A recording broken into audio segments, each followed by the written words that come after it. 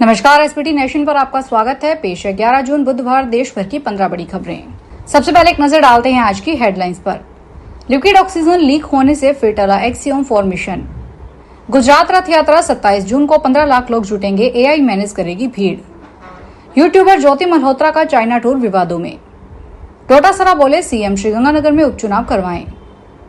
रणथंभौर से बुजुर्ग को मारने वाले शावक की शिफ्टिंग। और अब खबरें विस्तार से सुनिए।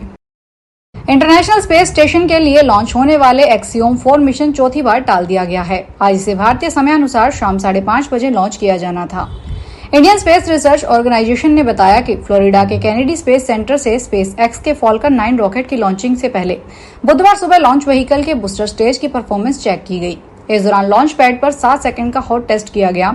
तभी ब्रेशल बे में LOX लीकेज का पता चला, जिसके बाद मिशन को स्थगित कर दिया गया। नई तारीख का ऐलान जल्द होगा। गुजरात पुलिस 27 जून को अहमदाबाद में निकाली जाने वाली जगन्नाथ रथ यात्रा के दौरान आर्टिफिशियल इंटेलिजेंस के जरिए भीड़ को मैनेज करेगी। Assistant police commissioner Bharat Patel ने बताया कि बेंगलुरु में हुई भगदड़ से सबक लेते हुए अतिरिक्त सतर्कता की जा रही है। पुलिस के अनुसार 27 जून को होने वाले भव्य कार्यक्रम में 14 से 15 लाख लोगों के शामिल होने की उम्मीद है। AI software live CCTV feed से कनेक्ट होगा ताकि यह अनुमान लगाया जा सके कि उस विशेष स्थान पर कितने लोग मौजूद हैं। ज्यादा संख्या होने पर पहले ही बैरिकेडिंग के जरिए भीड़ को रोका जा सकेगा। जासूसी के आरोप में पकड़ी हरियाणा की यूट्यूबर ज्योति मल्होत्रा को दोबारा 14 दिन की न्यायिक हिरासत में भेज दिया गया है। उसने मंगलवार को जमानत याचिका दायर की, जिस पर आज हिसार कोर्ट में सुनवाई होगी। इस बीच ज्योति का चाइना टूर विवादों में आ गया है। चाइना के लोग, खासकर सोशल मीडिया ब्लॉगरों ने ज्योति को निशाने पर लिया है। ज्योति करीब 1 साल पहले चीन गई थी। इस दौरान ज्योति ने शंघाई शहर में घूमकर वीडियो शूट किए थे और अपने चैनल ट्रैवल विद जो पर अपलोड किए थे। इसके अलावा ज्योति ने बिना शुल्क दिए सड़क किनारे साइकिल उठाकर ड्राइव की थी। राजस्थान कांग्रेस कमेटी अध्यक्ष गोविंद सिंह डोटासरा ने भाजपा प्रदेशाध्यक्ष मदन राठौड़ पर तंज कसते हुए कहा कि लक्ष्मणगढ़ में एक पार्षद क्या जीत गया, भाजपा प्रदेशाध्यक्ष प्रेस कॉन्फ्रेंस कर रहे हैं। मदन राठौड़ कह रहे हैं कि उपचुनाव में बीजेपी जीत गई और कांग्रेस हार गई। मैं मुख्यमंत्री से कहता हूं कि अगर श्रीगंगानगर में उपचुनाव करवा दें तो नानी याद आ जाएगी। मैं मुख्यमंत्री को चैलेंज करता हूं कि अगर भरतपुर और श्रीगंगानगर में उपचुनाव करवा दें तो दूध का दूध और पानी का पानी हो जाएगा। रणथंभौर टाइगर रिजर्व से एक बार टाइगर शिफ्टिंग की गई है। रणथंभौर इस बार की टाइगर शिफ्टिंग भी विवादों में है। वन विभाग की ओर से रणथंभौर दुर्ग बुजुर्ग राधेश्याम माली की मौत के घाट उतारने वाले सब एडल्ट मेल शावक को शिफ्ट करने की सूचना सामने आ रही है। हालांकि वन विभाग ने इसकी पुष्टि नहीं की है। वन विभाग के विश्वास सूत्रों से मिली जानकारी के अनुसार चीफ वाइल्ड लाइफ वार्डन शिखा मेहरा के निर्देशन में रणथंभौर टाइगर रिजर्व से शावर की शिफ्टिंग की जा रही है। राजस्थान उच्च न्यायालय के अवकाशकालीन न्यायाधीश सुनील बेनीवाल एकल पीठ ने श्रीगंगानगर जिला परिषद के वार्ड 22 से संबंधित एक याचिका पर सुनवाई करते हुए जिला प्रमुख के पद के लिए 10 जून 2025 को प्रस्तावित चुनाव पर अंतरिम रोक लगा दी। याचिकाकर्ता के अधिवक्ता सुरेंद्र थानवी व देवी सिंह राठौड़ ने अदालत को बताया कि याचिकाकर्ता जिला परिषद श्रीगंगानगर के वार्ड 22 का निवासी है। वार्ड 22 से पूर्व निर्वाचित सदस्य ममता के इस्तीफे के बाद यहां कोई उपचुनाव नहीं करवाया गया, जिससे वर्तमान चुनाव प्रक्रिया में वार्ड 22 प्रतिनिधित्व से वंचित रह गया। वहीं वार्ड 16 की सीट भी रिक्त थी, परंतु वहां 8 जून 2025 को उपचुनाव करवा लिया गया। जैसलमेर में तपते रेगिस्तान में एक बार फिर भारतीय सेना की रणभेरी गूंजी है। भारतीय सेना की बैटल एक्स डिवीजन ने पश्चिमी सरहद पर अपनी ताकत का अभ्यास किया। फ्यूचर रेडी थीम पर आधारित युद्धाभ्यास में मिशन ओरिएंटेड ट्रेनिंग, मॉडर्न हथियारों और तकनीकी सिस्टम का समावेश करके रेगिस्तानी युद्ध की संभावनाओं पर गंभीरता से काम किया गया। युद्धाभ्यास भारतीय सेना की कोनार्क कॉर्पस के तहत बैटल एक्स डिवीजन ने किया। इस अभ्यास में आधुनिक हथियारों और उपकरणों का भी प्रभावशाली प्रदर्शन किया गया।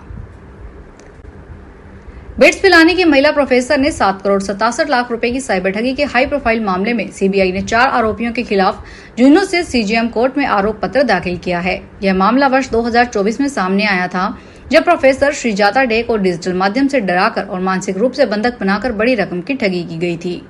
सीबीआई की ओर से दायर चार्जशीट में विकास कुमार, राजपाल सिंह, नितिन तुषार और संतोष गुप्ता के नाम है। इन सभी पर प्रोफेसर को स्काइप कॉल, वीडियो मीटिंग और फर्जी सरकारी पहचान के जरिए डराने धमकाने का आरोप है। हाड़ौती अहिर सभा की ओर से नवनिर्मित श्री कृष्ण यादव भवन का उद्घाटन एवं लोकार्पण समारोह 13 जून को होगा। कार्यक्रम के मुख्य अतिथि लोकसभा स्पीकर ओम बिरला व केंद्रीय वन एवं पर्यावरण मंत्री भूपेंद्र यादव होंगे। कार्यक्रम की अध्यक्षता अखिल भारतीय यादव महासभा सचिव दिनेश यादव करेंगे। वहीं ऊर्जा मंत्री हीरालाल नागर, कोटा दक्षिण विधायक संदीप शर्मा व महासभा के प्रदेशाध्यक्ष महेंद्र यादव विशिष्ट अतिथि होंगे। दिल्ली के द्वारका सेक्टर 13 में शब्द अपार्टमेंट की 9वीं मंजिल के फ्लैट में मंगलवार को आग लग गई थी। बचने के लिए एक शख्स ने 2 बच्चों के साथ बालकनी से छलांग लगा दी। शख्स की मौके पर ही जान चली गई, जबकि बच्चों की अस्पताल में मौत हो गई। तीनों की पहचान यश यादव, आशिमा और शिवम के रूप में हुई है। चश्मदीदों ने बताया कि यश समय रहते घर से निकल गए थे। बाहर आने पर पता चला कि पत्नी ममता, बड़ा बेटा आदित्य, बेटी, भतीजा, पत्नी की बहन का 6 महीने का बच्चा अंदर फंसा है। इसके बाद वे घर में घुसे और उन्हें ढूंढते हुए बालकनी तक पहुंचे। तब तक आग पूरे घर में फैल चुकी थी। जोसा की ओर से आईआईटी, एनआईटी व अन्य शीर्ष इंजीनियरिंग कॉलेजों में प्रवेश के लिए जोसा काउंसलिंग 127 कॉलेजों की 60,000 से अधिक सीटों के लिए जारी है। इस काउंसलिंग के लिए चॉइस फिलिंग का अंतिम दिन 12 जून से शाम 5 बजे तक है। विद्यार्थी 127 कॉलेजों की 927 ब्रांचेस की चॉइसेस भर सकते हैं। Career counselling expert Amit Ahuja ने बताया कि बुधवार दोपहर 12:30 बजे जोसा काउंसलिंग का दूसरा मॉक सीट ओकेशनल जारी किया गया है। अलवर जिला अस्पताल में क्यूआर कोड से रजिस्ट्रेशन करने की नई व्यवस्था मरीजों के लिए परेशानी बन गई है। यहां आम जन को क्यूआर कोड से रजिस्ट्रेशन की जानकारी देने वाला कोई नहीं है, न स्कैनिंग कर पा रहे हैं, जिसके कारण कोड से रजिस्ट्रेशन नहीं हो पाता।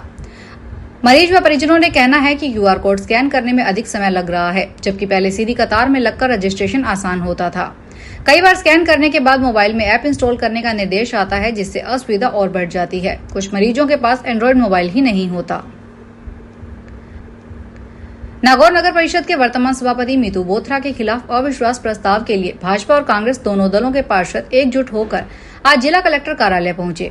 इससे पहले असंतुष्ट पार्षदों ने पिछले 2 दिनों तक लगातार बैठक कर इस अविश्वास प्रस्ताव के लिए रणनीति बनाकर आज करीब 47 पार्षदों के हस्ताक्षर युक्त शपथ पत्र इस अविश्वास प्रस्ताव के लिए जिला कलेक्टर अरुण कुमार पुरोहित के समक्ष पेश किए। जिला कलेक्टर ने पार्षदों को नियमानुसार कार्रवाई का आश्वासन दिया।